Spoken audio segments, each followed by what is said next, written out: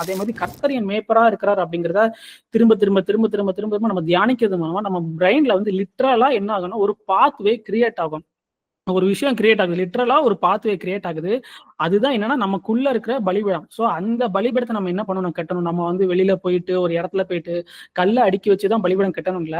பலிபீடம்ங்கிறது இன்னைக்கு நமக்குள்ள தான் இருக்குது. சோ உங்களுடைய மைண்ட்ல என்ன பண்ணுங்க, அந்த பலிபீடத்த கட்டி கொஞ்ச நாளைக்கு அந்த இடத்திலேயே ஸ்டே பண்ணுங்க. அத விட்டு என்ன பண்ணாங்கன்னா, வேற எந்த ஒரு விஷயத்தையும் ஃபோக்கஸ் பண்ணாங்க. இந்த ஒரு விஷயத்த மட்டும் ஃபோக்கஸ் பண்ணுங்க. அதுதான் என்னன்னா அங்கேயே கூடாரம் போட்டு தங்கி இருக்கிறது. அவன் எப்படி அந்த இடத்துல கூடாரம் போட்டு தங்கி இருந்தானோ, அதே மாதிரி நம்மளும் அதே இடத்துல கூடாரம் போட்டு தங்கி இருக்கணும். அந்த நீதியில நம்ம நடக்கணும்னா அதுக்கு ஒண்ணே ஒண்ணுதான் என்னன்னா, ஆண்டவருடைய இந்த வசனத்துல இந்த நியாய பிரமாணத்துல ஆண்டவர் நமக்கு கொடுத்த இந்த வார்த்தையில நம்ம என்ன பண்ணணும், நிலைச்சு நிக்கணும். அதுல நிலைச்சிருந்தாதான் நமக்கு என்ன பண்ணுமோ நம்ம புத்திமானா நடப்போம்னு சொல்றாரு. இந்த நியாயப்பிரமாண புஸ்தகம் உன் வாயை விட்டு பிரியாதிருப்பதாக, இதில் எழுதியிருக்கிறபடி எல்லாம் நீ செய்ய கவனமா இருக்கும்படி இரவும் பகலும் அதை தியானித்து கொண்டு இருப்பாயாக. அப்பொழுது நீ உன் வழியை வாய்க்க பண்ணுவாய், அப்பொழுது புத்திமானாயும் நடந்து கொள்வாய். சோ இந்த பைபிள் வந்து ஒரு உடன்படிக்கையின் புத்தகம். ஓகேவா?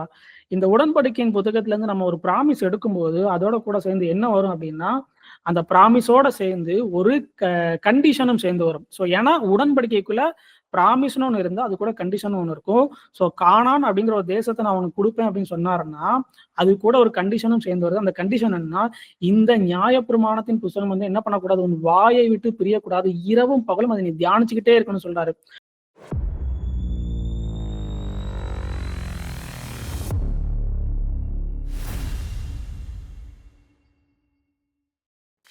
Hi, shalom. இயேசு கிறிஸ்துவின் நாமத்தினால உங்க எல்லாருக்கும் கிருபையும் சமாதானம் உண்டாகட்டும். உங்க எல்லாரையும் இந்த கான்ஃபரன்ஸ்க்கு நான் வரவேற்கிறேன். நம்ம ஒரு ப்ரேயர் பண்ணிட்டு இந்த கான்ஃபரன்ஸ்க்கு நம்ம போகலாம். பரமண்டலங்களில் இருக்கிற எங்கள் பரமபிதாவே, உம்முடைய நாமம் பரிசுத்தப்படுவதாக, உம்முடைய ராஜ்யம் வருவதாக. பரமண்டலங்களில் உம்முடைய சித்தங்கள் செய்யப்படுகிறது போலவே பூமியிலும் செய்யப்படுவதாக. இன்று எங்களுக்கு வேண்டிய ஆகாரத்தை எங்களுக்கு கொடுங்கப்பா. நாங்கள் எங்கள் கடனாளிகளுக்கு மன்னிக்கிறது போல எங்களுடைய கடன்களை எங்களுக்கு மன்னியும். எங்களை சோதனைக்கு உட்பட பண்ணாமல் தீமை நின்று ரசித்து காத்துக்கொள்ளுங்க. பிதாவே, உம்முடைய பரிசுத்த ஆவினால எங்களை நிரப்புங்க. எங்களுக்கு பிரகாசமுள்ள மனக்கண்களை கொடுங்கப்பா. உம்முடைய சமூகத்துல உம்முடைய வார்த்தையை தேடி நாங்க வந்திருக்கிறோம்ப்பா. எங்களோடு கூட பேசுங்க.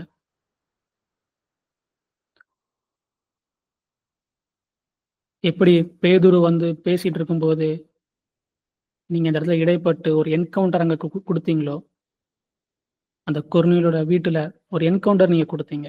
ஒரு பரிசுத்த ஆவின் ஒரு சந்திப்பை நீங்க கொடுத்தீங்க. அது நிகழட்டும் பாங்கியும். உங்களுக்கு நாங்க எங்களை சரண்டர் பண்றோம் ஆண்டவரே. எங்களை முழுவதும் சரண்டர் பண்றோம். நீங்க எங்களோட இடைப்படுங்க, எங்களோட பேசுங்க. எங்களுக்கு நீங்க வச்சிருக்கிற திட்டத்தை எங்களுக்கு வெளிப்படுத்துங்க. ஒரு திட்டத்தோடு தான் அந்த பூமிக்கு எங்களை அனுப்பியிருக்கிறீங்க. அந்த திட்டத்தை எங்களுக்கு வெளிப்படுத்துங்கப்பா.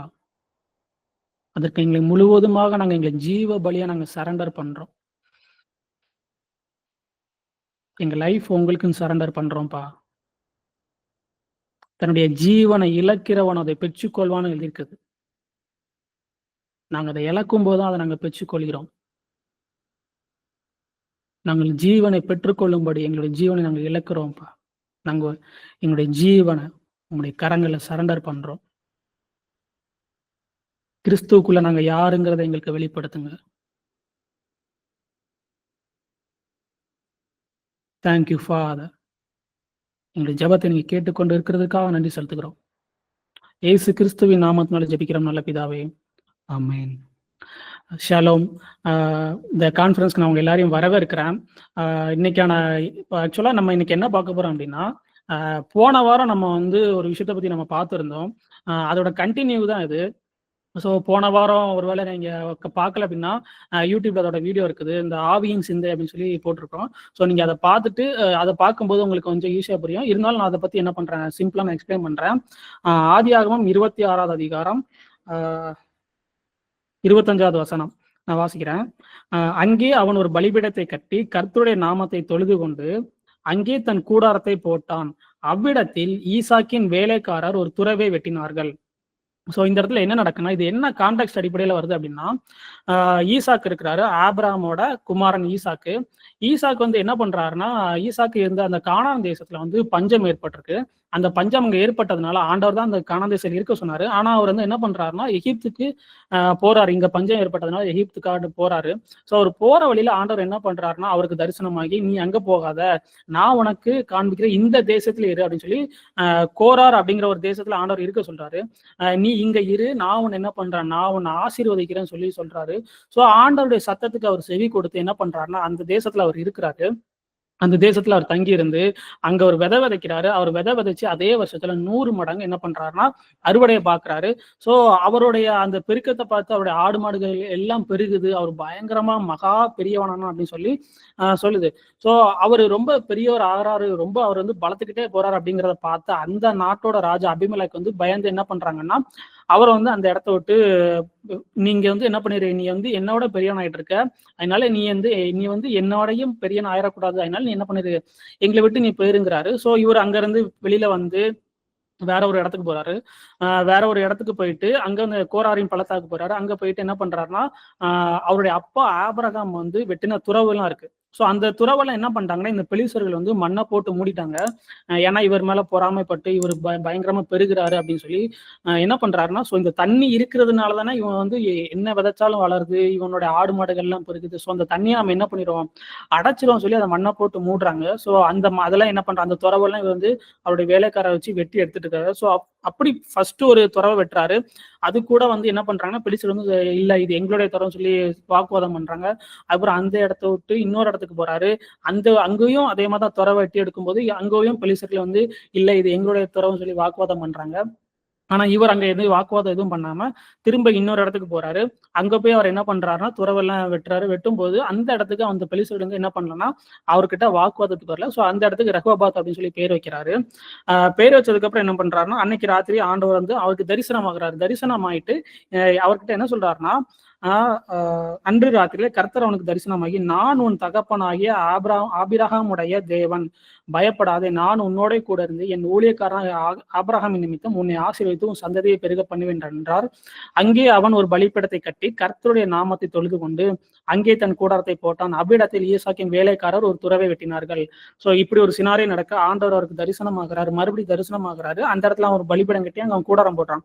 சோ இந்த சம்பவத்துக்கு அப்புறம் தான் என்ன நடக்கு அப்படின்னா, அவனுக்கு அதுக்கு முன்னாடி பிரச்சனைக்கு வந்து அந்த அபிமெலேக்கு அப்படி அவனும் அவனோட ஆட்களும் அவங்ககிட்ட சமாதானத்துக்கு வராங்க. அதுக்கப்புறம் இன்னொரு துறவையும் அவன் கண்டுபிடிக்கிறான். சோ இந்த இடத்துல ஒரு சென்டரான பாயிண்ட் என்னன்னா, அவன் வந்து ஆண்டவர் தரிசனம் அவனுக்கு ஆனோடனே அந்த இடத்துல ஒரு பலிபீடம் கட்டி அங்க என்ன பண்றான்னா, ஒரு கூடாரத்தை போட்டு அங்கேயே தங்கிடுறான். ஸோ இதை சுத்தி தான் என்ன பண்ணோம்னா, போன கான்ஃபரன்ஸ்ல நம்ம பார்த்தோம். இதை பத்தி இன்னும் நீங்க டீட்டெயிலா பார்க்கணும்னா அந்த வீடியோல போய் நீங்க பார்க்கலாம். ஸோ இதோட கண்டினியூவா தான் நம்ம என்ன பண்ண போறோம்னா, இன்னைக்கும் அந்த கான்ஃபரன்ஸ் நம்ம பார்க்க போறோம். ஸோ இதுல நான் என்ன சொல்ல வந்தேன்னா, அந்த பலிபீடம் அப்படிங்கிறது வந்து அந்த காலத்துல அவங்களுக்கு தெரிஞ்சது என்னன்னா, ஆண்டவர் அவங்க சந்திக்கிறாங்க, ஆண்டவருக்கும் அவங்களுக்கும் ஒரு என்கவுண்டர் ஏற்படுது அப்படின்னா, அந்த இடத்துல என்ன பண்ணுவாங்க, இந்த இடத்துல தான் நான் ஆண்டவரை சந்திச்சேன், அப்போ நான் என்ன பண்றேன்னா இந்த இடத்துல ஒரு பலிபீடம் கட்டுறேன்னு சொல்லி என்ன பண்ணுவாங்கன்னா, கல்ல எல்லாத்தையும் அடுக்கி வச்சு அது மேல எண்ணெயை ஊத்தி என்ன பண்ணுவாங்கன்னா, ஒரு சாக்ரிஃபைஸ் மாதிரி பண்ணுவாங்க. என்னால முடிஞ்ச சாக்ரிஃபைஸ் நான் பண்றேன்னு சொல்லி அந்த இடத்துல என்ன பண்ணுவாங்கன்னா, எண்ணெயை ஊத்தி ஒரு பலிபீடம் கட்டுவாங்க. சோ அந்த இடத்துல ஈசாக்கு என்ன பண்றாருன்னா, ஆண்டவர் தரிசனமாகிறாரு. சோ ஆண்டவர் இந்த இடத்துல என் கூட பேசினார் அப்படின்னு சொல்லி அந்த இடத்துல பலிபீடம் கட்டி அந்த இடத்துல கூடாரத்தை போட்டு தங்கிட்டாரு. சோ இது வந்து பைபிள் நம்ம பார்த்தோம்னா ஒரு ப்ராஃபட்டிக்கா நம்ம கிட்ட சொல்லுற ஒரு விஷயம். அந்த இஸ்ரவேல் மக்கள் இருக்காங்களா, ஆபிரகாம், அவங்களுடைய வாழ்க்கை வந்து நமக்கு ஒரு ப்ராஃபட்டிக்கா வந்து என்ன பண்ணணும்னா ஒர்க் ஆகும், ஒரு தீர்க்க தரிசனம் மாதிரி ஒர்க் ஆகும். அவங்க வாழ்க்கையில நடந்த ஒரு விஷயத்தை எடுத்து நம்ம ஒரு சாட்சியை எடுத்து என்ன பண்ணலாம்னா, நம்மளுடைய வாழ்க்கையில அதை ஒரு தீர்க்க தரிசனமா அப்ளை பண்ணலாம். சோ அந்த மாதிரி இந்த சம்பவம் வந்து நம்ம எப்படி நம்மளுடைய வாழ்க்கையில தீர்க்க தரிசனமா எடுக்கலாம் அப்படின்னா, அவன் வந்து ஆண்டவரை சந்திக்கிறாங்களா, அது எப்படின்னா ஆண்டவர் வந்து நம்மளுடைய வாழ்க்கையில எப்படின்னா, நம்மளுடைய வாழ்க்கையில ஆண்டவர் நமக்கு ஒரு வெளிப்பாடு கொடுத்திருப்பாரு. கர்த்தரை பத்தி ஒரு வெளிப்பாடு கொடுத்திருப்பாரு. கர்த்தர் என் மேய்ப்பரா இருக்கிறான்னு சொல்லி நீங்க அதை படிக்கும்போது உங்களுக்குள்ள ஒரு வெளிச்சம் வந்திருக்கும். அப்படி இல்லைன்னா ஆண்டவர் வந்து அவருடைய ஊழியக்காரங்க மூலமா, ஒரு தீர்க்கதரிசிகள் மூலமா இந்த வார்த்தையை உங்களுக்கு கொடுத்துருப்பாரு. இல்லைன்னா நீங்க பாக்குற இடமெல்லாம் இந்த வார்த்தையை திரும்ப திரும்ப திரும்ப திரும்ப நீங்க பார்த்துட்டே இருக்கலாம். அதுக்கு எக்ஸாம்பிள் வந்து கர்த்தர் என் மேய்ப்பரா இருக்கிறார் அப்படிங்கிற ஒரு வார்த்தையை பார்க்கலாமா இருக்கும். இல்லைன்னா வேற ஏதாவது ஒரு வார்த்தையை பார்க்கலாமா இருக்கும். ஸோ இந்த மாதிரி நிறைய வார்த்தைகள் இருக்கலாம். ஸோ அந்த வார்த்தை மூலமா ஆண்டவர் உங்க கூட பேசுவார். இல்லைன்னா ஒரு வெளிச்சம் கொடுத்துப்பாரலாம். அந்த வெளிச்சத்துல அந்த வார்த்தையை பிடிச்சி அங்கேயே இருந்து என்ன பண்ணணும்னா அந்த இடத்துல நீங்க கூடாரம் போட்டு இருங்க அப்படிங்கறதான் போன கான்ஃபரன்ஸ்ல நான் பேசுறேன். கூடாரத்தை போட்டு இருக்கிறது என்ன அர்த்தம்னா பலிபீடம் கட்டுறது, கூடாரம் போடுறது என்னன்னா பலிபீடம்ங்கிறது முன்னாடி காலத்துல வந்து அது வெளியில இருந்துச்சு. ஆனா இன்னைக்கு நமக்கு வந்து நமக்குள்ளதா இருக்குது நம்ம மைண்ட் செட். அதாவது நம்ம ஆண்டவரை குறிச்சு ஒரு விஷயம், அதாவது கர்த்தர் என் மேய்ப்பரா இருக்கிறான்னு சொல்லி எப்படி ஒரு ஒரு கல்லா அடுக்கி ஒரு பலிபீடம் நம்ம கட்டுறோமோ, அதே மாதிரி கர்த்தர் என் மேய்ப்பரா இருக்கிறார் அப்படிங்கிறத திரும்ப திரும்ப திரும்ப திரும்ப திரும்ப நம்ம தியானிக்கிறது மூலமா நம்ம பிரெயின்ல வந்து லிட்டரலா என்ன ஆகும்னா ஒரு பாத்வே கிரியேட் ஆகும். ஒரு விஷயம் கிரியேட் ஆகுது. லிட்டரலா ஒரு பாத்வே கிரியேட் ஆகுது. அதுதான் என்னன்னா நமக்குள்ள இருக்கிற பலிபீடம். சோ அந்த பலிபீடத்தை நம்ம என்ன பண்ணணும் கட்டணும். நம்ம வந்து வெளியில போயிட்டு ஒரு இடத்துல போயிட்டு கல்ல அடுக்கி வச்சுதான் பலிபீடம் கட்டணும் இல்ல. பலிபீடம்ங்கிறது இன்னைக்கு நமக்குள்ளதான் இருக்குது. சோ உங்களுடைய மைண்ட்ல என்ன பண்ணுங்க, அந்த பலிபீடத்தை கட்டி கொஞ்ச நாளைக்கு அந்த இடத்துலயே ஸ்டே பண்ணுங்க. அதை விட்டு என்ன பண்ணாங்கன்னா வேற எந்த ஒரு விஷயத்தையும் போக்கஸ் பண்ணாங்க. இந்த ஒரு விஷயத்த மட்டும் போக்கஸ் பண்ணுங்க. அதுதான் என்னன்னா அங்கேயே கூடாரம் போட்டு தங்கி இருக்கிறது. அவன் எப்படி அந்த இடத்துல கூடாரம் போட்டு தங்கி இருந்தானோ அதே மாதிரி நம்மளும் அதே இடத்துல கூடாரம் போட்டு தங்கி இருக்கணும். ஸோ நம்ம நிறைய நேரம் வந்து நம்ம லைஃப்ல நம்ம பார்த்துருக்கோம். ஏதோ ஒரு விஷயம் நமக்கு ஆண்டவர் குறிச்சு ஒரு வெளிச்சம் வந்த மாதிரி இருக்கும். அந்த வெளிச்சம் வரும்போது திடீர்னு நம்ம லைஃப்ல ஏதோ ஒரு மாறின மாதிரி இருக்கும். இல்ல ஏதோ ஒரு விஷயம் நம்ம கை கிட்ட வர்ற மாதிரி இருக்கும். திடீர்னு காணாம போயிடும். திடீர்னு அது அப்படி ஏறின மாதிரி இருந்துச்சு, அப்படியே டக்குன்னு இறங்கிடும். நம்ம லைஃப்ல ஒரு பிரேக் த்ரூ பார்க்கணும்னு நினைப்போம். அது வர்ற மாதிரி இருக்கும், அப்படியே போயிடும். நீங்க ஒரு பிசினஸ் பண்ணிட்டு இருப்பீங்க. பிசினஸ் ஆண்டவர் குறிச்சு ஒரு வெளிச்சம் வரும். பிசினஸ் அப்படியே மேல வர்ற மாதிரி இருக்கும். அப்புறம் பழைய மாதிரி என்ன ஆயிரும், கீழே இறங்கிடும். அதுக்கு காரணம் என்னன்னா இங்க வந்து அவன் பலிபீடம் கட்டி கூடாரம் போட்டு தங்கி இருக்கிறாங்களா. சோ அது நம்ம பண்றது இல்ல. ஆண்டவரை குறிச்சு ஒரு வெளிச்சம் வந்ததுன்னா நம்ம என்ன பண்ணிடுறோம்னா அந்த இடத்துல தங்கி இருக்கிறாம திரும்ப என்ன டைவர்ட் ஆகி வேற வேற விஷயத்துல போக்கஸ் மாறுறதுனால இந்த இந்த இடத்த விட்டு நம்ம வெளியில வந்துடும். இவன் கூட நம்ம தங்குற மாதிரி அங்க தங்கி இருக்க மாட்டோம். சோ அதுதான் போன கான்ஃபரன்ஸ் நம்ம வந்து ஃபுல்லா பார்த்தோம். சோ அதுல வந்து நம்ம இன்னொரு விஷயத்தையும் நம்ம அட்ரஸ் பண்ணிருக்கு. அதுதான் அந்த கான்ஃபரன்ஸ் பார்க்க போறோம். அது என்ன அப்படின்னா இந்த கூடாரத்தை போட்டு தங்கி இருக்கிறது அப்படிங்கிறது ஒரேடியா நம்ம என்ன பண்ணிடக்கூடாது. அங்கேயே லைஃப் ஃபுல்லா இதுதான் ஆண்டோருடைய முழு வெளிச்சம், ஆண்டவரை பத்தின முழு என்னது ஒரு வெளிப்பாடா இதுதான் அப்படின்னு சொல்லி அந்த இடத்துல தங்கிடக்கூடாது. ஏன்னா ஆண்டவர் வந்து மல்டி டைமென்ஷனலா இருக்கிறாரு. அவர் வந்து யெகோவா ஈரேவா இருக்கிறாரு. தன்னை வந்து யாவேயா அவர் வெளிப்படுத்துறாரு. யெகோவா ராஃபா வெளிப்படுத்துறாரு. அப்படின்னு சொல்லி நிறைய விதமான மல்டி டைமென்ஷனா இருக்கிறாரு. ஸோ காட் வந்து மல்டி டைமென்ஷன். அவர் ஒரு நபர் தான், ஆனா மல்டி டைமென்ஷன் அவருக்குள்ள இருக்குது. காட் வந்து மல்டி டைமென்ஷன் அப்படிங்கிறதுக்கு ஒரு பெரிய எடுத்துக்காட்டு என்னதான் அப்படின்னா திருத்துவம் தான். பிதா, குமாரன், பரிசுத்தாவின்னு சொல்லி 3 பேர் இருக்கிறாங்க. ஸோ அந்த 3 பேர் இருக்கிறது ஆண்டவர் வந்து மல்டி டைமென்ஷனா இருக்கிறாரு அப்படிங்கறத அது வெளிப்படுத்துது. சோ என்ன பண்ணணும்னா இங்க ஒரு நேரம் நீங்க என்ன பண்ணணும், ஆண்டவர் வந்து ஒரு விதமா உங்களுக்கு வெளிப்பட்டிருக்காருன்னா அதுக்கு அங்க கொஞ்ச நாள் நீங்க ஸ்டே பண்ணணும். ஸ்டே பண்ணிட்டு அடுத்து என்ன பண்ணா ஆண்டவர் அவரை குறிச்சு ஒரு வெளிச்சம் கொடுக்கும்போது அடுத்த இடத்துக்கு மூவ் பண்ணணும். இதே இடத்துல என்ன பண்ணிடக்கூடாது, கடைசி வரைக்கும் தங்கிடக்கூடாது. ஆண்டவர் வந்து ஆபிரகாமுக்கு எல்ஷடாயை வெளிப்பட்டாரு. சோ அவர் என்ன பண்ணாரு, எல்ஷடாயை குறிச்சு அவர் நிறைய ஒர்க் பண்ணி அவர் மைண்ட்ல வச்சிருந்தாரு. ஆண்டவர் வந்து சர்வ வல்லமை உள்ளவர், எனக்கான எல்லா தேவைகளையும் அவர் சந்திப்பார்னு சொல்லி அவருடைய மைண்ட்ல அவர் எல்ஷடாயா ஒர்க் பண்ணியிருந்தாரு. சோ நம்ம லைஃப்ல இன்னைக்கு நம்மள ஆண்டவர் வந்து எல்ஷடாயா தெரியும். அது வந்து ஒரு பார்ட் தான். இன்னும் நிறைய பார்ட் ஆண்டவருக்கு இருக்கு. சோ அங்கங்க அடுத்தடுத்து நம்ம மூவ் பண்ணணும். ஸ்பிரிச்சுவல் ரேம பொறுத்த வரைக்கும் நிறைய விதம் என்ன இருக்குன்னா லெவல்ஸ் இருக்கு. நம்ம வந்து ஒரே லெவல்ல நம்ம தங்கிடக்கூடாது. அதோட சீரியஸ்னஸ் புரியணும் அப்படிங்கிறதுக்காக தான் இந்த விஷயம் நான் பேசணும்னு நினைக்கிறேன். ஏன்னா போன கான்ஃபரன்ஸ் நான் சொன்ன மாதிரி நீங்க தப்பா நமக்கு சில நேரம் அண்டர்ஸ்டாண்ட் பண்ணணும். ஓகே நம்ம கூடாரம் போடணுமா, அப்போ கூடாரம் போட்டு கடைசி வரைக்கும் லைஃப் லாங் அதே இடத்துல தங்கிடணும் அப்படின்னு சொல்லி நமக்கு சில நேரம் தோணலாம். ஸோ அப்படி கிடையாது. நம்ம ஆண்டவர் நமக்கு அடுத்த இடத்துக்கு மூவ் பண்ணுன்னு சொல்லும் போது மூவ் பண்ணி ஆகணும். இந்த இடத்துல ஆண்டவர் என்ன சொல்றாரு, இந்த இடத்துல நீ தங்குன்னு சொன்னதுனால அவன் அந்த இடத்துல தங்கினான். இன்னொரு இடத்துக்கு மூவ் பண்ணுனா அப்புறம் என்ன பண்ணணும், கூடாரத்தை கழித்துட்டு இன்னொரு இடத்துக்கு மூவ் பண்ணணும். ஸோ அதை பத்தி தான் நம்ம பார்க்க போறோம். அடுத்து ஆதியாகமம் 11வது அதிகாரம் 31வது வசனம் நானே வாசிக்கிறேன். தேராகு தன் குமாரனாகிய ஆபிராமையும் ஆரோனுடைய குமாரனும் தன் பேரனுமாய் இருந்த லோத்தையும் தன் குமாரன் ஆபிராமுடைய மனைவியாகிய தன் மருமகள் சாராயையும் அழைத்து கொண்டு அவர்களுடைய ஊர் என்கிற கல்தேயருடைய பட்டணத்தை விட்டு கானான் தேசத்துக்கு போக புறப்பட்டான். அவர்கள் ஆரோன் மட்டும் வந்தபோது அங்கே இருந்து விட்டார்கள். தேராகுடைய ஆயுசு நாட்கள் 205 வருஷம். தேராகு ஆரோனிலே மரித்தான். சோ இந்த தேராகு அப்படின்னா யார் அப்படின்னா ஆபிரகாம் இருக்கிறாள். ஆபிரகாம் அதாவது அவருடைய அப்பா. ஸோ இந்த தேராக வந்து ஆபிரகாமோட அப்பாவா இருக்கிறாரு. அவங்க வந்து ஃபர்ஸ்ட் ஊர் அப்படிங்கிற ஒரு இடத்துல தான் இருக்கிறாங்க, கல்தையரோட தேசம். அவங்க வந்து என்ன பண்ணியிருக்கிறாங்கன்னா, அந்த இடத்துல இருந்து கானான் நோக்கி போயிட்டு இருக்கிறாங்க. ஆனா போற வழியிலே ஆரான் அப்படிங்கிற ஒரு இடத்துல என்ன பண்ணிட்டாங்க, தங்கிட்டாங்க. ஸோ இது வந்து ஒரு நெகட்டிவான ஒரு பெர்ஸ்பெக்டிவா இருக்குது. நம்ம எல்லாரும் என்ன நினைக்கிறோம்னா, ஆபிரகாம் தான் என்ன பண்ணியிருக்கிறாரு, கானான் தேசத்துக்கு ஃபர்ஸ்ட் அழைக்கப்பட்டார் நம்ம நினைச்சிட்டு இருக்கோம். ஆனா இந்த வசனத்தை வச்சு பார்க்கும்போது, ஆபிரகாமுக்கு முன்னாடியே அவருடைய அப்பா தேராக என்ன பண்ணியிருக்கிறாரு, அந்த இடத்துல இருந்து அவர் தங்கியிருந்த இடத்துல இருந்து ஊருங்கிற தேசத்துல இருந்து கானான் நோக்கி புறப்பட்டிருக்கிறாரு. சோ ஆண்டவர் வந்து முதல்ல யார்கிட்ட தான் என்ன பண்ணிருக்காரு, அந்த அழைப்பை கொடுத்திருக்காரு. அந்த கானானுக்கு போற அழைப்பை யாருக்கு தான் கொடுத்தாருன்னா, ஆபிரகாமுடைய அப்பா தேராக்கு தான் கொடுத்திருக்கிறாரு. சோ அவர் வந்து என்ன பண்ணிட்டாரு, ஒரு இடத்துல செட்டில் ஆயிட்டாரு. அந்த ஆரான் அப்படிங்கிற தேசத்துல வந்து ஒருவேளை அது நல்ல தேசமா இருந்திருக்கலாம், இல்லைன்னா ஒரு டயர்டா இருக்கலாம். அதனால என்ன பண்ணிருக்கலாம், அந்த இடத்துல அவங்க செட்டில் ஆயிட்டாங்க.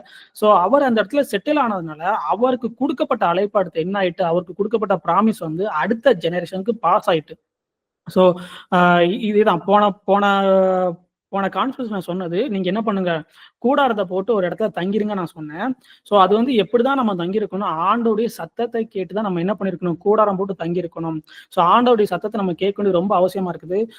சில நேரத்தில் நம்ம என்ன பண்ணிடணும், ரொம்ப டயர்டாக என்ன பண்ணிடுறோம்னா, இந்த நம்ம வந்து ஆண்டவர் வந்து ஆண்டவர் வந்து நமக்கு நிறைய லெவல்ஸ் வச்சிருப்பாரு. ஆனா என்ன பண்ணிடுறோம், ஒரு இடத்துல கூடாரம் போட்டு தங்கிறோம்.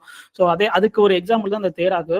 ஸோ நம்ம தேராகு மாதிரி இருக்கிறாம நம்ம என்ன பண்ணோம், அடுத்த இடத்துக்கு ஆண்டவர் எங்கெல்லாம் நம்மளை போக சொல்றாரோ நம்ம மூவ் பண்ணிக்கிட்டே இருக்கணும்.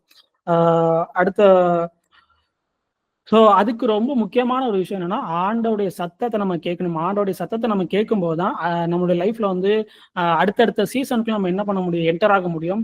நம்ம அடுத்து வாசிப்போம், யோசுவா வாசிப்போம். யோசுவா 1வது அதிகாரம். யாராவது வாசிக்கீங்களா?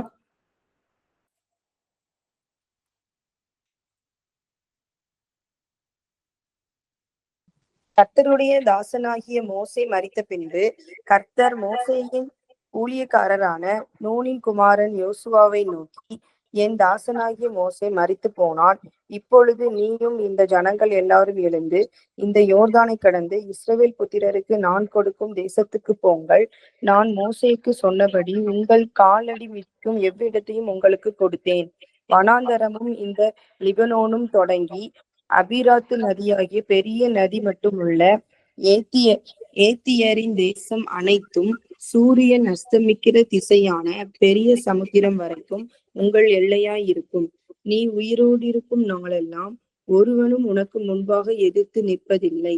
நான் மோசையோட இருந்தது போல உன்னோடும் இருப்பேன். நான் உன்னை விட்டு விலகுவதும் இல்லை, உன்னை கைவிடுவதும் இல்லை. பலங்கொண்டு திடமனதாயிரு. இந்த ஜனத்தின் பிதாக்களுக்கு நான் கொடுப்பேன் என்று ஆணையிட்ட தேசத்தை நீ இவர்களுக்கு பங்கிடுவாய். என் தாசனாகிய மோசே உனக்கு கற்பித்த நியாய பிரமாணத்தின் படியெல்லாம் செய்ய கவனமாய் இருக்க மாத்திரம் மிகவும் பலங்கொண்டு திடமனதாயிரு. நீ போகும் இடமெல்லாம் புத்திமானாய் நடந்து கொள்ளும்படிக்கு அதை விட்டு வலது இடதுபுறம் விலகாதிருப்பாயாக. இந்த நியாயப்பிரமாண புஸ்தகம் உன் வாயை விட்டு பிரியாதிருப்பதாக. இதில் எழுதியிருக்கவைகளின் படியெல்லாம் நீ செய்ய கவனமாய் இருக்கும்படி இரவும் பகலும் அதை தியானித்து கொண்டிருப்பாயாக. அப்பொழுது நீ உன் வழியை வாய்க்க பண்ணுவாய். அப்பொழுது புத்திமானாய் நடந்து கொள்ளுவாய். நான் உனக்கு கட்டளையிடவில்லையா? பலங்கொண்டு திடமனதாயிரு. திகையாதே, கலங்காதே. நீ போகும் இடமெல்லாம் உன் தேவனாகிய கர்த்தர் உன்னோடே இருக்கிறார் என்றார். அப்போது யோசுவா ஜனத்தின் அதிபதிகளை நோக்கி, நீங்கள் பாளையத்தை உருவ நடந்து போய் ஜனங்களை பார்த்து உங்களுக்கு போஜன பதார்த்தங்களை ஆயத்தம் பண்ணுங்கள். உங்கள் தேவனாகிய கர்த்தர் உங்களுக்கு சுதந்திரிக்க கொடுக்கும் தேசத்தை நீங்கள் சுதந்திரிக்க கொள்ளும்படிக்கு இன்னும் 3 நாளைக்குள்ளே இந்த யோர்தானை கடந்து போவீர்கள் என்று சொல்ல சொன்னான். சரி, ஓகே. இந்த பேசேஜ் நம்ம பார்த்தோம். இதோட கான்டெக்ஸ்ட் என்ன அப்படின்னா, நம்ம அப்பல பார்த்தோம்ல தேராகு என்ன பண்றாரு, ஆண்டவர் வந்து கானான் தேசம் போக சொல்றாரு. ஸோ அவர் வந்து போற வழியிலே ஒரு இடத்துல செட்டில் ஆனதுனால அவருடைய குமாரன் வந்து ஆபிரகாம் ஆண்டவர் வந்து போக சொல்லி, நீ என்ன பண்ண, இந்த தேசத்துல உன் கால்பற்ற இடத்தெல்லாம் நான் உனக்கு கொடுப்பேன்னு சொல்லி ஆண்டவர் வந்து ஆபிரகாமுக்கு ஒரு ப்ராமிஸ் பண்ணியிருக்கிறாரு. ஸோ அந்த ப்ராமிஸ் வந்து ஜெனரேஷன் அடுத்தடுத்த ஜெனரேஷன் என்ன பண்ணுது, அது பாஸ் ஆயிட்டு வருது. அதுதான் இங்க என்ன வந்திருக்குன்னா, யோசுவா தலைமுறை வரைக்கும் வந்திருக்கு. கிட்டத்தட்ட இதுக்கு இடையில எவ்வளவு கேப் இருக்குன்னா ஒரு 800 வருஷமாவது இருக்கும். ஏன்னா தேரா கிட்ட சொன்னது ஆபிரகாம் வந்திருக்கிறாரு, அப்புறம் ஈசாக்கு வந்திருக்கிறாரு, அப்புறம் யாக்கோபுக்கு அப்புறம் அந்த 12 குமாரர்கள், அதுக்கப்புறம் அவங்களுக்கு அடுத்தது அவங்க வந்து ஒரு 400 வருஷம் என்ன பண்ணிருக்காங்க, அடிமையா இருந்திருக்காங்க. அது போக இவங்க ஒரு 40 வருஷம் என்ன பண்ணிருக்காங்க, இப்போ வனாந்தரத்துல சுத்தி இருக்காங்க. சோ இந்த வனாந்தரத்துல இவங்க எப்படிதான் சுத்தினாங்க அப்படின்னா அதே மாதிரி டென்ட் தான். ஆண்டவர் வந்து என்ன பண்ண சொல்லுவாருன்னா, நீங்க வந்து இந்த இடத்துல போய் இப்ப பாளையம் இறங்குங்க அப்படின்னு சொல்லி சொல்லுவாரு. சோ அவங்க பாளையம் இறங்கல்னா அங்க போயிட்டு அவங்க தங்குறது, கூடாரம் போடுறது. சோ அவங்க கூடாரம் போடுறது மட்டும் இல்லாம, அவங்க கூடாரம் போட்டு தங்கியிருக்கிறது மட்டும் இல்லாம, அவங்களுக்கு மத்தியில ஆண்டவரும் வந்து ஆசரிப்பு கூடாரம் அப்படின்னு சொல்லி அவருக்குன்னு சொல்லி ஒரு கூடாரத்தை உண்டு பண்ணி அந்த இடத்துல அவங்களுக்கு மத்தியில அவரும் சேர்ந்து என்ன பண்றாரு, வாசம் பண்றாரு. அது வந்து இந்த கூடாரம்ங்கிறது எதை மீன் பண்ணுதுன்னா, ஒரு மொபைலிட்டி. இந்த இடத்துல இருந்து இன்னொரு இடம் சொல்லி மூவ் பண்ணிக்கிட்டே இருக்கிறத குறிக்குது. அதாவது ஒரு ப்ராமிஸ் லேண்ட சுதந்திரிக்கிற வரைக்கும் அவங்க வந்து என்ன பண்ணுவாங்க, இந்த மாதிரி மூவ் பண்ணிக்கிட்டே இருக்கணும். அடுத்தடுத்த இடத்துக்கு அவங்க மூவ் பண்ணிட்டே இருக்கணும். ஸோ அதே மாதிரி இன்னைக்கு நம்ம எப்படின்னா, நமக்குன்னு ஆண்டவர் வந்து ஒரு ப்ராமிஸ் வச்சிருக்காரு, ஒரு இலைப்பாறுதல் வச்சிருக்காரு. அந்த இலைப்பாறுதலுக்குள்ள பிரவேசிக்கிற வரைக்கும் நம்ம என்ன பண்ணணும்னா ஒரு மூவ்மெண்ட்லயே நம்ம இருந்துகிட்டே இருக்கணும். ஆண்டவர் சில நேரம் ஒரு விஷயமா அவர் ரெவலேஷன் கொடுப்பாரு, அதுக்கப்புறம் அங்க கொஞ்ச நாள் இருக்கணும், அப்புறம் அங்க இருந்து இன்னொரு இடத்துக்கு நமக்கு ஒரு ரெவலேஷன் கொடுப்பாரு, அந்த இடத்துக்கு மூவ் பண்ண சொல்லி அடுத்தடுத்த மூவ்மெண்ட்டுக்குள்ள நம்ம போயிட்டு இருக்கணும். ஸோ அப்படி வந்து இந்த இடத்துல என்ன பண்றாருன்னா ஆண்டவர் சொல்றாரு, இந்த இடத்துல என்ன பண்றாருன்னா அவங்க வந்து இப்போ வந்து கானானுக்குள்ள என்டர் ஆகணும். இது வரைக்கும் அவங்க 40 வருஷம் வனாந்தரத்துல சுத்திட்டாங்க. அந்த 40 வருஷம் அவங்களுக்கு முடிய போகுது. அந்த 40 வருஷம் முடிஞ்ச உடனே அவங்க கானானுக்குள்ள என்டர் ஆகணும். அது எப்படிதான் என்டர் ஆகணும்னா யோர்தான் நதி, அந்த யோர்தான் நதியை கடந்துதான் அவங்க போகணும். அந்த யோர்தான்ங்கிறது எப்படின்னா ரொம்ப தண்ணி வந்து ரொம்ப பயங்கரமா புரண்டு வரும். அது வந்து சாதாரணமா என்ன பண்ண முடியாது, கடந்து போக முடியாது. எப்படி வந்து அவங்க எகிப்து தேசத்துல இருந்து விடுதலையாகி வந்தாங்களோ, வந்ததுக்கு அப்புறம் ரெட் சீல என்ன ஆயிட்டு அந்த செங்கடல் கிட்ட வந்து அவங்க நின்னுட்டாங்க. அந்த செங்கடலை வந்து அவங்களோட பலத்தினால அதை கிராஸ் பண்ணவே முடியாது. ஸோ எப்படி அந்த செங்கடல் பிளந்துதான் அவங்க நடந்து போனாங்களோ, ஸோ அந்த மாதிரி சினாரியோ தான் இங்க நடக்குது. ஸோ ஆண்டவர் அங்க சில விஷயங்கள் பண்ண சொல்றாரு. உடன்படிக்கை பற்றி முன்னாடி போகணும் அப்படின்னு சொல்லி சொல்றாரு. ஸோ அப்படி முன்னாடி போனோன்னே அந்த யோர்தானை வந்து ஸ்டாப் ஆகுது. அதுக்கப்புறம் தான் அவங்க உள்ள கடந்து போறாங்க. ஸோ அதுக்கு முன்னாடி நடக்கிற அவங்க வந்து கானானை சுதந்திரிக்கிறதுக்கு முன்னாடி ஒரு 3 நாள் முன்னாடி நடக்கிற ஒரு விஷயம். ஸோ ஆண்டவர் சொல்றாரு, ஆனா கானான் வந்து யார் தான் சுதந்திரிப்பா, யோசுவா காலேப், அந்த சந்ததியில இருக்கிற யோசுவா காலேப் மட்டும் தான் சுதந்திரிப்பாங்க.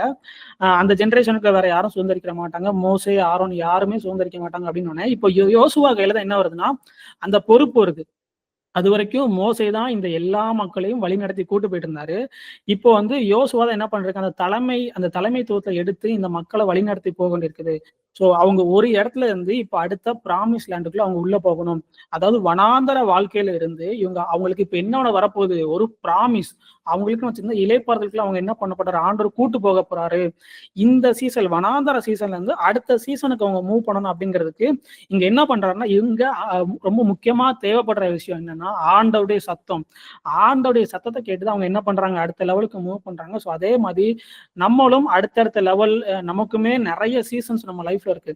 ஸோ ஒவ்வொரு சீசனுக்கும் நம்ம மூவ் பண்ணிக்கிட்டே இருக்கணும். ஆண்டவர் நமக்குன்னு வச்சிருக்கிற அந்த இடத்துக்கு நம்ம கரெக்டா பொசிஷன் ஆகும்னா நமக்கு கண்டிப்பா நமக்கு முக்கியமா இருக்க வேண்டியது என்னன்னா ஆண்டோடைய சத்தம். ஆண்டோடைய சத்தம் இல்லாம நம்ம கண்டிப்பா என்ன பண்ண முடியாது, மூவ் பண்ண முடியாது. பண்ணாலும் அது என்ன சரி வராது. இல்லைன்னா நம்ம அங்க இருந்து என்ன பண்ணிடுவோம், செட்டில் ஆகி உட்காந்துருவோம். ஸோ அதுதான் ஆண்டவர் சொல்றாரு, கர்த்தருடைய தாசனாகிய மோசே மரித்த பின்பு கர்த்தர் மோசையின் ஊழியக்காரனாகிய நூனின் குமாரன் யோசுவாவை நோக்கி, என் தாசனாகிய மோசே மரித்து போனான். இப்பொழுதும் நீயும் இந்த ஜனங்கள் எல்லோரும் எழுந்து இந்த யோர்தானை கடந்து இஸ்ரவேல் புத்திரருக்கு நான் கொடுக்கும் தேசத்துக்கு போங்கள். நான் மோசேக்கு சொன்னபடி உங்கள் காலடிகள் மிதிக்கும் இவ்விடத்தையும் உங்களுக்கு கொடுத்தேன். ஸோ ஆண்டவரை பொறுத்த வரைக்கும் நம்மளுக்கு அவர் ஒரு ப்ராமிஸ் பண்ணிட்டாருன்னா அவர் கொடுத்ததா தான் அவர் பாக்குறாரு. அவர் ஆல்ரெடி பண்ண ஒரு பாஸ்ட் டென்ஸ்லாம் அவர் பேசுறாரு. நான் கொடுத்தேன் அப்படிங்கிறாரு. அவர் கொடுத்துட்டாரு, இவங்க போய் சுதந்திரிக்கணும். அதே மாதிரிதான் இன்னைக்கு நம்மளுடைய கைகள்ல நிறைய ப்ராமிஸ் என்ன பண்ணிருக்கிறாரு, ஆண்டவர் கொடுத்திருக்கிறாரு. அது நம்ம ரிசீவ் பண்ண முடியாம உட்கார்ந்துருக்கிற காரணமே என்னன்னா ஆண்டவருடைய சத்தத்தை கேட்காம இருக்கிறது தான். ஸோ ஆண்டவருடைய சத்தத்துக்கு என்ன பண்ணுங்க, செவி கொடுங்க. வனாந்தரமும் இந்த லீபனோனும் தொடங்கி ஐபிராத் நதியான பெரிய நதி மட்டுமல்ல, ஏத்திரின் தேசம் அனைத்தும் சூரியன் அஸ்தமிக்கிற திசையான பெரிய சமுத்திரம் வரைக்கும் உங்கள் எல்லையா இருக்கும். நீ உயிரோடு இருக்கும் நாளெல்லாம் ஒருவனும் உனக்கு முன்பாக எதிர்த்து நிற்பதில்லை. நான் மோசையோடு இருந்தது போல உன்னோடும் இருப்பேன். உன்னை விட்டு விலகுவதும் இல்லை, உன்னை கைவிடுவதும் இல்லை அப்படின்னு சொல்லி ஆண்டவர் சொல்றாரு. இதுல ஒரு முக்கியமான ஒரு விஷயம் என்னன்னா, இதுலதான் வரும், எந்த இடத்துல வருதுன்னு சரியா தெரியல. ஒரு வசனம் என்ன வரும்னா, நீங்க இந்த யோர்தானை கடந்தது வந்து இதுக்கு முன்னாடி ஒரு நடக்காத ஒரு விஷயம். யோர்தான் வந்து அந்த 40 வருஷத்துல அவங்க கடந்திருக்கவே மாட்டாங்க. அந்த வனாந்தரத்திலேயே தான் சுத்திட்டே இருந்திருப்பாங்க. ஸோ இந்த யோர்தான கடக்குறதுங்கிறது அவங்களுக்கு வந்து ரொம்ப ஒரு அவங்களுடைய பார்வையில இருந்து பார்க்கும்போது ரொம்ப டஃப்பான ஒரு புது சிச்சுவேஷனா இருக்கும். ஸோ அதே மாதிரி தான் ஆண்டவர் என்ன பண்றாருன்னா, உங்கள ஒரு புது சீசனுக்குள்ள கொண்டு போகும்போது ஒரு புதிய வழிக்குள்ள தான் கொண்டு போவாரு. ஸோ அதுக்கு நீங்க எப்படி ப்ரிப்பேர்டா இருக்கணும் அப்படிங்கிறது இந்த இதுல தான் இருக்குது. என் தாசனாகிய மோசே உனக்கு கற்பித்த நியாயப்பிரமாணத்தின்படி எல்லாம் செய்ய கவனமா இருக்க மாத்திரம் மிகவும் பலம் கொண்டு திடமனதாயிரு. நீ போகும் இடமெல்லாம் புத்திமானாய் நடந்து கொள்ளும்படிக்கு அதை விட்டு வலது இடதுபுறம் விலகாது இருப்பதாக.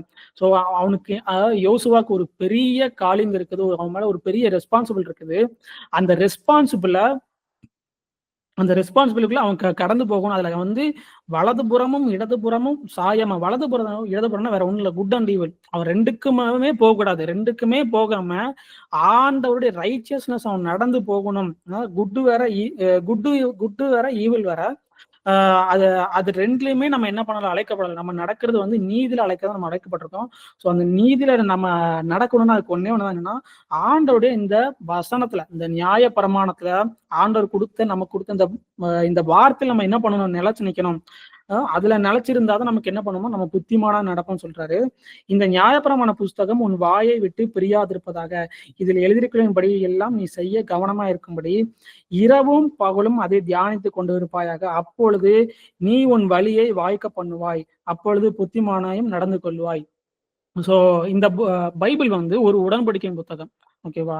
இந்த உடன்படிக்கையின் புத்தகத்துல இருந்து நம்ம ஒரு ப்ராமிஸ் எடுக்கும்போது அதோட கூட சேர்ந்து என்ன வரும் அப்படின்னா, அந்த ப்ராமிஸோட சேர்ந்து ஒரு கண்டிஷனும் சேர்ந்து வரும். ஸோ ஏன்னா உடன்படிக்கைக்குள்ள ப்ராமிஸ்னு ஒன்று இருந்தால் அது கூட கண்டிஷன் ஒன்று இருக்கும். ஸோ கானான் அப்படிங்கிற ஒரு தேசத்தை நான் அவனுக்கு கொடுப்பேன் அப்படின்னு சொன்னாருன்னா அது கூட ஒரு கண்டிஷனும் சேர்ந்து வருது. அந்த கண்டிஷன் என்னன்னா, இந்த நியாயப்பிரமாணத்தின் புத்தகம் வந்து என்ன பண்ணக்கூடாது, உன் வாயை விட்டு பிரியக்கூடாது, இரவும் பகலும் அதை நீ தியானிச்சுக்கிட்டே இருக்கணும்னு சொல்றாரு. ஸோ அதை தியானிக்கும் போது என்ன நடந்துகிட்டே இருக்கும்னா, இப்போ ஒரு விஷயத்தை எடுத்து ஒரு வார்த்தை எடுத்து நம்ம பிரெயின்ல வச்சு அதை தியானிக்கும் போது என்ன நடக்கும்னா, நம்ம பிரெயின் வந்து ரீவயர் ஆகும். நம்ம தப்பா பிலீவ் பண்ணிட்டு இருக்க சிஸ்டம்ல இருந்து அது நம்ம துண்டிக்கப்பட்டு ஆண்டவரோட நம்ம கனெக்ட் பண்ணி நம்மள என்ன பண்ண ரீவயர் பண்ணும், சரியான பிலீவ் சிஸ்டம்க்கு நம்ம கொண்டு போகும். ஸோ அதனாலதான் சொல்றாரு, ஆண்டவர் சொல்றாரு, இந்த நியாயப்பிரமாணத்தின் புஸ்தகத்தை விட்டு நீ என்ன பண்ணாத, பிரியாத அப்படிங்கிறாரு. ஸோ இதை நம்ம பண்ணும்போது என்னவா இருப்போம்னா நமக்கான சுதந்திரத்தை நம்ம பெற்றுக்கொள்வோம். ஸோ ஆண்டவர் இந்த சீசன்ல உங்களுக்குன்னு வச்சிருக்கிற ப்ராமிஸை நீங்க சுதந்திரிக்கணும் அப்படின்னா நீங்க வேதத்தை நீங்க என்ன பண்ணுங்க, இரவும் பகலும் நீங்க தியானிச்சுக்கிட்டே இருங்க. ஸோ என்னுடைய ஸ்பிரிட்ல நான் வந்து ரொம்ப ஸ்ட்ராங்கா பிலீவ் பண்றேன். ஒரு நியூ சீசனுக்குள்ள நம்ம கடந்து போக போறதை நான் வந்து என்ன பண்றேன், ரொம்ப ஸ்ட்ராங்கா பிலீவ் பண்றேன். ஸோ அதனாலதான் ஆண்டவர் என்ன பண்றாருன்னா இதை பத்தி பேச சொல்றாரு. நம்ம வந்து ஒரே இடத்துல கூடாரம் போட்டு தங்கியிருக்காம, ஒரு இடத்துல கூடாரம் போட்டு தங்கியிருக்கிறோமோ அடுத்து ஆண்டோடைய வார்த்தையை கேட்டு அடுத்த இடத்துக்கு நம்ம மூவ் பண்ணும். அடுத்த சீசனுக்குலாம் நம்ம மூவ் பண்ண வேண்டியது என்ன பண்ண வேண்டியது இருக்கு, ரொம்ப ரொம்ப ரொம்ப அவசியமா இருக்குது. இங்கே தங்கியிருக்க கூடாது. ஏன்னா ஆண்டோடைய மேகம் வந்து மூவிங்லேயே இருக்கும். நம்ம மேகத்துக்கு கீழே இருந்து வாழதான் அழைக்கப்பட்டிருக்கிறோம். ஸோ அந்த மேகம் மூவ் பண்ணும்போது நம்மளும் மூவ் பண்ணி ஆகணும். ஸோ நீங்க பழைய இடத்துலயே நீங்க ஸ்டே பண்ணியிருந்தீங்கன்னா அங்க என்ன இருக்காது, பிரசன்ஸ் இருக்காது. ஸோ அடுத்த சீசனுக்குள்ள நம்ம கடந்து போக போறோம். இந்த விஷயத்த வந்து இந்த இந்த இந்த வெளிப்பாடு இந்த ஆவில நான் வந்து என்ன பண்றேன், உணர்த்தப்படுறேன். ஸோ நம்ம எல்லாரும் அடுத்த சீசனுக்குள்ள கடந்து போக போறோம். உங்களுடைய வாழ்க்கையில் நீங்க அடுத்த சீசன்ல கடந்து போக போறீங்க. அந்த சீசனுக்குள்ள நீங்க கடந்து போகணும்னா என்ன பண்ணுங்க, இந்த வேதத்துல நீங்க இரவும் பகலும் தியானமா இருங்க. வேற எங்கேயுமே போக்கஸ் வைக்காங்க. இந்த இடத்துல யோசுவா சொல்வாரு, 3 நாட்களும் நம்ம வந்து என்ன பண்ண போறோம், இந்த யோர்தானை கடந்து நம்ம போக போறோம். இந்த யோர்தானை கடந்து போறதுக்கு நீங்க என்ன பண்ணுங்க, பரிசுத்தமா இருங்கன்னு சொல்றாரு. ஸோ அந்த பரிசுத்தம் அப்படிங்கிறது வேற ஒண்ணும் இல்லை. இப்போ ஒரு ஜுவல்லரி ஷாப்ல போயிட்டு நம்ம ஒரு பியூர் கோல்டுன்னா தான் நம்ம இது போய் கேட்போம். கோல்டு வாங்கும்போது பியூர் கோல்டு தான் எதிர்பார்ப்போம். பியூர் கோல்டுங்கிறது வேற ஒண்ணும் கிடையாது, கலப்படம் இல்லாததுதான் பியூர் கோல்டு. அதே மாதிரி பரிசுத்தம்ங்கிறது வேற ஒண்ணும் இல்லை, ஆண்டவருடைய வார்த்தையை மட்டும் நம்ம இருதயத்துல வச்சு தியானிச்சுட்டு இருக்குது, ஆண்டவரை மட்டும் வச்சுக்கிட்டு எந்த ஒரு உலக சிந்தனையோடும் கலக்காம இருக்கிறது தான் பரிசுத்தம். ஓகேவா? ஸோ அப்படி பரிசுத்தமா இருக்கிறதா இங்க சொல்றாங்க. ஸோ அது பரிசுத்தமா இருக்கும்போது நம்ம என்ன பண்ணுவோம், நமக்கான சுதந்திரத்துக்குள்ள நம்ம என்ன பண்ணுவோம், சுதந்திரிப்போம். ஸோ இன்னும் ஒரே ஒரு வசனம் மட்டும் நம்ம வாசிட்டு நம்ம வந்து என்ன பண்ணலாம், கம்யூனியன் எடுத்துட்டு இந்த விஷயம் இதை கான்ஃபரன்ஸ் நம்ம முடிச்சிடலாம். ஓகே. யோசுவா 3வது அதிகாரம் 5வது வசனம். யோசுவா ஜனங்களை நோக்கி, உங்களை பரிசுத்தம் பண்ணிக்கொள்ளுங்கள், நாளைக்கு கர்த்தர் உங்கள் நடுவிலே அற்புதங்களை செய்வார். ஸோ இந்த வார்த்தையை வந்து இன்னைக்கு உங்களுக்கு நான் ஒரு ப்ராஃபஸியா சொல்றேன். அவன் சொல்றான்ல, நீங்கள் உங்களை பரிசுத்தம் பண்ணிக்கொள்ளுங்கள், கர்த்தர் நாளைக்கு உங்கள் நடுவில் அற்புதங்களை செய்வார். ஸோ அது எப்படிதான் நம்மளை பரிசுத்தம் பண்ணணும், ஆண்டோடைய வார்த்தையில இரவும் பகலும் 24 ஹவர்ஸும் அது என்ன பண்ணணும், தியானிச்சுக்கிட்டே இருக்கணும். கண்டிப்பா நீங்க அதை தியானிக்கும் போது நாளைக்கு ஆண்டவர் கண்டிப்பா உங்க வாழ்க்கையில ஒரு அற்புதத்தை செய்வார். நீங்க பண்ணிட்டு இருக்கிற பிசினஸா இருக்கட்டும், இல்லைன்னா உங்களுடைய நீங்க ஏதாவது வேலைக்கு ட்ரை பண்ணிட்டு ஒரு இருக்கிற விஷயத்துல இருக்கட்டும், உங்களுடைய ரிலேஷன்ஷிப்ல இருக்கட்டும், இல்ல நீங்க ஏதோ ஒரு பேப்பர், அந்த கவர்மெண்ட் சம்பந்தப்பட்ட பேப்பர் ஒர்க்ல இருக்கட்டும், எந்த ஒரு விஷயத்தையும் நீங்க என்ன ஒரு மிராக்கிள் நீங்க ஆண்டவர்கிட்ட எதிர்பார்த்துட்டு இருக்கிறீங்களோ, ஆண்டவர் உங்களுக்கு எதை நான் பண்ணுவேன்னு சொல்லி உங்களுக்கு ப்ராமிஸ் பண்ணியிருக்கிறாரோ, உங்க வாழ்க்கையில எந்த ஒரு விஷயம் நடந்தா நீங்க ஒரு இளைப்பாறுதலுக்குள்ள நீங்க பிரவேசிப்பீங்க நீங்க நினைச்சிட்டு இருக்கீங்களோ, அந்த விஷயத்துக்குள்ள ஆண்டவர் என்ன பண்ணுவார், உங்கள் நடுவில் நாளைக்கு அற்புதங்களை பண்ணுவார். நீங்க உங்களை பரிசுத்தம் பண்ணிக்கொள்ளுங்க, ஆண்டோடைய வார்த்தையில நிலைச்சு நில்லுங்க. கண்டிப்பா நாளைக்கு என்ன பண்ணுவார் ஆண்டவர் உங்க வாழ்க்கையில அற்புதங்களை பண்ணுவார். ஸோ இந்த வார்த்தை வந்து இன்னைக்கு மட்டும்தான் கிடையாது, இது என்றென்றைக்கும் இருக்கிற வார்த்தையா இருக்குது. நீங்க இன்னைக்கு பார்த்தாலும் சரி, இல்லைன்னா யூடியூப்ல நீங்க அப்லோட் பண்ணிட்டு இருக்கும்போது பார்த்தாலும் சரி, இது என்னைக்கும் ஜீவனுள்ள வார்த்தையா இருக்குது. இது நீங்க எப்பனாலும் எடுத்து ஒர்க் பண்ணிக்கலாம். ஆனா என்ன பண்ணுங்க, எப்போதுமே இரவும் பகலும் ஆண்டுடைய வார்த்தையில தியானமா இருங்க. கர்த்தர் என்ன பண்ணார், உங்க வாழ்க்கையில பெரிய அற்புதங்களை செய்வார். ஸோ யாருக்காவது ஏதாவது டவுட் இருந்தா கேளுங்க. நம்ம வந்து என்ன பண்ணலாம், அடுத்து கம்யூனியன் எடுத்துட்டு இந்த கான்ஃபரன்ஸ் நம்ம முடிச்சிடலாம். சரி, ஓகே. நம்ம வந்து கம்யூனியன் எடுப்போம். கம்யூனியன் எடுக்கிறவங்க எல்லாம் கையில் எடுத்து வச்சுக்கோங்க. இது எடுக்கிறதுக்கு முன்னாடி நல்லா ஒரு விஷயம் புரிஞ்சுக்கோங்க. கம்யூனியன் அப்படிங்கிறது உடன்படிக்கைங்கிறதுக்குள்ள இருக்கிற ஒரு உணவு. அந்த உடன்படிக்கை வந்து அந்த உணவுங்கிறதுல தான் வந்து ஃபினிஷ் ஆகி அங்கிருந்து அது ரிலீஸ் ஆகுது. இந்த இன்னைக்கு கேட்ட நீங்க வார்த்தைகளை எல்லாம் நீங்க பிலீவ் பண்ணி நம்முடைய ஆண்டவராகிய கர்த்தராகிய இயேசு கிறிஸ்துவோட அவருடைய மாம்சத்திலையும் அவருடைய ரத்தத்திலையும் நீங்க பானம் பண்ணுங்க. அதை நீங்க பங்கு பெறும்போது கண்டிப்பா இதுக்கு எல்லாத்துக்கும் என்ன பண்ணுங்க, நாளைக்கு உங்களுடைய வாழ்க்கையில ஒரு பெரிய அற்புதத்தை நீங்க பார்ப்பீங்க. ஸோ அதை நீங்க மனசுல வச்சுட்டு என்ன பண்ணுங்க, இந்த கம்யூனியன் எடுங்க.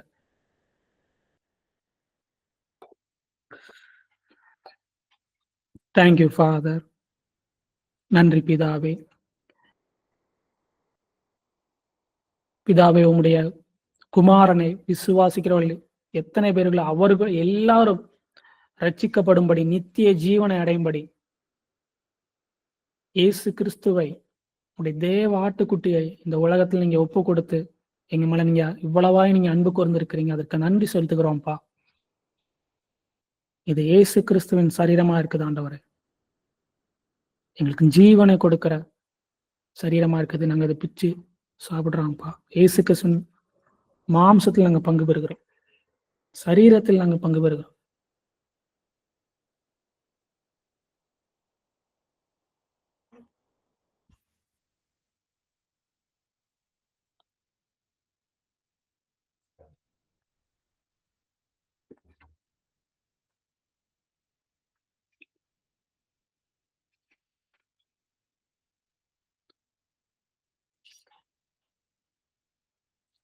Thank you Jesus. இது உங்களுடைய ரத்தமா இருக்குதுப்பா. நீங்க எங்களுக்காக சிந்தின புதிய உடன்படிக்கையின் ரத்தமாகும். அநேகருக்காக சிந்தப்பட்ட அநேகரின் பாவத்தை கழுவுகிற உடைய ரத்தமா இருக்குதுப்பா. இது நீங்க உடன்படிக்கைங்கிற ஒரு விஷயத்துக்குள்ள வச்சு நீங்க எங்க கரங்களை கொடுத்துருக்குறீங்க. இதை நாங்க வேல்யூ பண்றோம்.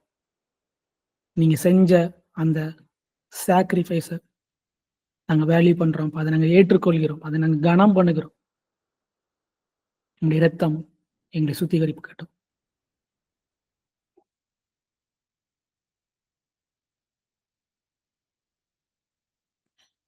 நம்முடைய ஆண்டவர் வந்து உற்சாகமா கொடுக்குறான்ட்டு என்ன பண்றாரு, அவர் வந்து பிரியமா இருக்கிறாரு.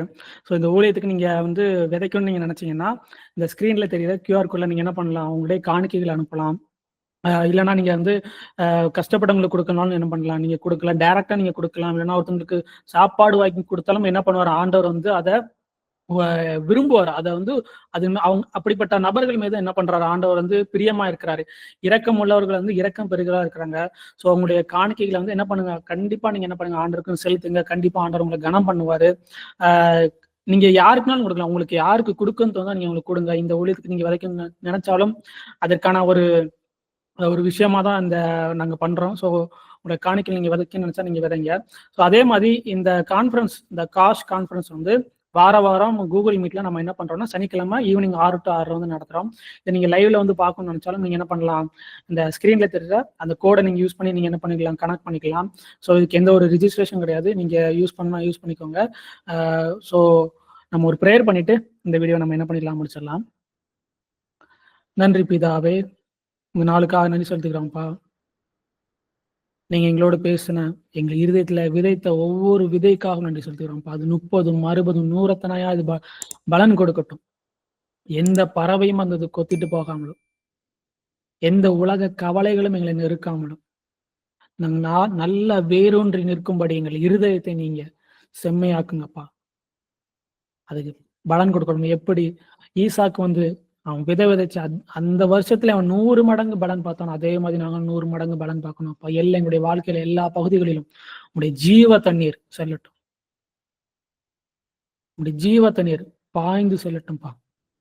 இதை பார்த்துட்டு இருக்கிற ஒவ்வொருவரும் இருதயத்துல இருந்தும் ஜீவ தண்ணீர் புறப்படட்டும். அவங்க வாழ்க்கையில ஜீவ தண்ணீர் உண்டாகட்டும். அவங்க எதுலெல்லாம் சிக்கிட்டு இருக்கிறாங்களோ, எந்தெந்த பாவங்கள்லாம் சிக்கிட்டு இருக்கிறாங்களோ அதுல இருந்து விலகி அவங்க இந்த ஜீவ தண்ணீரை பருகி அவங்க வாழ்க்கையில ஜீவன் உண்டாகட்டும்பா. நதிகளின் ஓரம் நடப்பட்ட ஒரு மரத்தை போல அவங்க செழிப்பா இருக்கட்டும். அவங்களுக்கு இலைகள் உதிராமலும் அவங்களுக்கு ஏற்ற காலத்தில் கனி கொடுக்கிறவர்களும் அவங்களை மாற்றுங்க. நல்ல கனி கொடுக்கிறவர்களா அவங்களை மாற்றுங்க. நம்முடைய ஆவியானவர் தந்ததுக்காக நன்றி செலுத்துகிறோம். இயேசு கிறிஸ்துவின் ரத்தத்துக்காக நன்றி செலுத்துகிறோம்ப்பா. அப்ப அந்த வீடியோ பார்த்துட்டு ஒவ்வொருவர் மேலும், லைவ்லயும் சரி, யூடியூப்ல பாக்குறவங்க மேலையும் சரி, அவங்களுடைய ரத்தம் தெளிக்கப்படுவதாக, அவங்களுடைய குடும்பங்களின் மீது ரத்தம் தெளிக்கப்படுவதாக, அவங்களுடைய எல்லா உடைமைகள் மீதும் ரத்தம் தெளிக்கப்படட்டும். அவங்க கைகள் செய்கிற எல்லா வேலைகள் மீதும் ரத்தம் தெளிக்கப்படுவதாக, அவங்களுடைய சம்பத்தின் மீது, அவங்க மினிஸ்ட்ரி பண்ணாலும் சரி, அவங்க ஒரு அவங்களுடைய இன்ஃப்ளூயன்ஸ் மீது ரத்தம் தெளிக்கப்படட்டும். உங்களுடைய ரத்தத்துக்குள்ளாக அவங்களை வேலையடைத்து பாதுகாத்துக் கொள்ளுங்கப்பா. இயேசு கிறிஸ்துவின் நாமத்தினால ஜெபிக்கிறோம் நல்ல பிதாவே, ஆமென். ஷாலோம். நம்ம நெக்ஸ்ட் வீக் கான்ஃபரன்ஸ்ல மீட் பண்ணலாம்.